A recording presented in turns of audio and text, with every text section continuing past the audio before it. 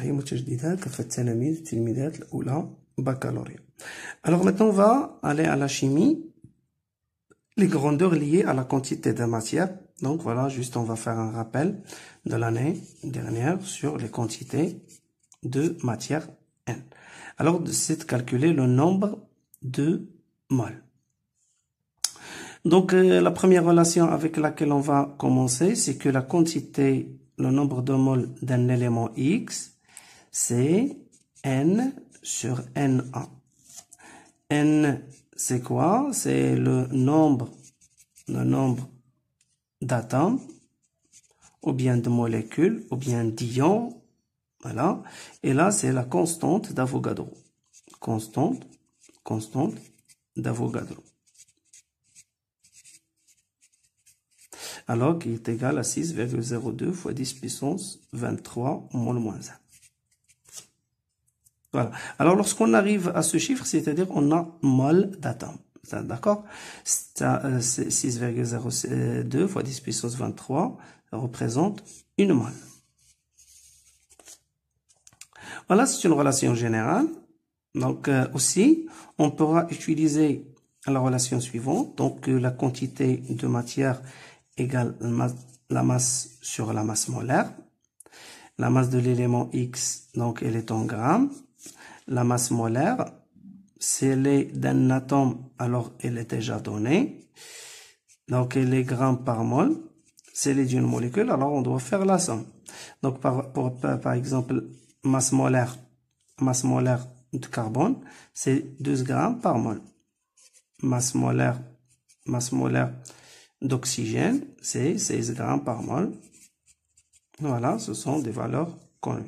Mais s'il y a, par exemple, une molécule de CO2, alors la masse molaire de la molécule, c'est la somme des éléments. Alors, la masse molaire du carbone plus de la masse molaire d'oxygène. Alors, ce qui est 12 pour C plus, voilà, 2 fois 16. Voilà, donc on va faire la somme, c'est 32. Voilà, ici c'est 32 plus 12. Voilà, c'est 44 grammes par mol. Voilà, donc c'est comme ça on pourra calculer la quantité de matière. Alors, il y a des extensions ici, par exemple que M, ainsi que la masse volumique, ρ égale à M sur V, c'est la masse sur le volume. Alors, la masse, c'est ρ fois V, donc je peux la remplacer ici, donc on aura N de X égale, c'est ρ fois V sur grand M. Voilà, c'est une extension qu'on pourra donc trouver dans les exercices. Voilà, sinon donc on peut aussi remplacer ρ par la densité.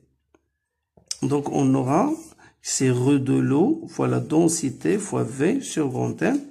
Pourquoi? C'est parce que la densité, c'est connu que la densité D c'est ρ sur ρ de l'eau. Alors ρ c'est D fois ρ de l'eau. Voilà, ρ que je vais remplacer par ρ de l'eau fois D. Alors aussi, on pourra calculer la quantité de matière, N de X, c'est la concentration fois le volume. Voilà, ici la concentration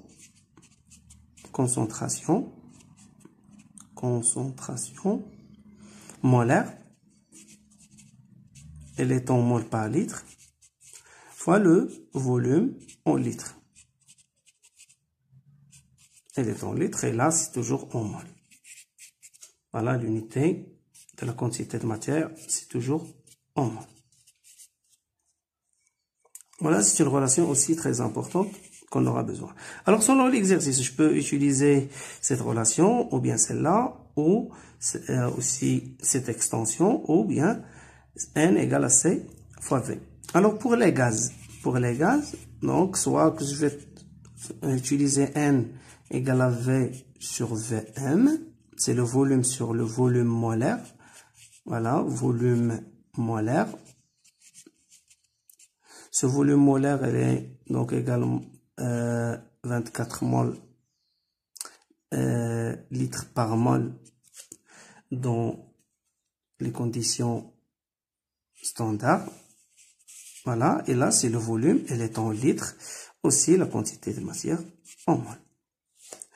Aussi, il y a la relation de Boyle-Mariotte, ou bien pour donc un gaz parfait. Alors, gaz parfait. Pour les gaz parfaits, toujours on a PV égale à N, la quantité de matière, fois RT. Alors là, c'est la pression. Pression, elle est en pascal. Là, c'est le volume, elle est en mètres cubes. Ici, mol, c'est la quantité de matière.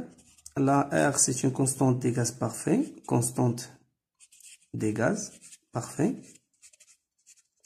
Parfait. Alors, dans le système international, elle est égale à 2,31. Et là, c'est la température. Température. Elle est en Kelvin. Alors, comment aller du Kelvin vers du degré Celsius vers le Kelvin? Donc, on va donner la valeur en degrés Celsius plus 273,15. Voilà, pour donner la valeur de la température en Kelvin. Alors, la valeur en degrés Celsius plus 273. Alors, voilà les quantités de matière et les relations donc qu'on aura besoin pour mesurer la quantité de matière.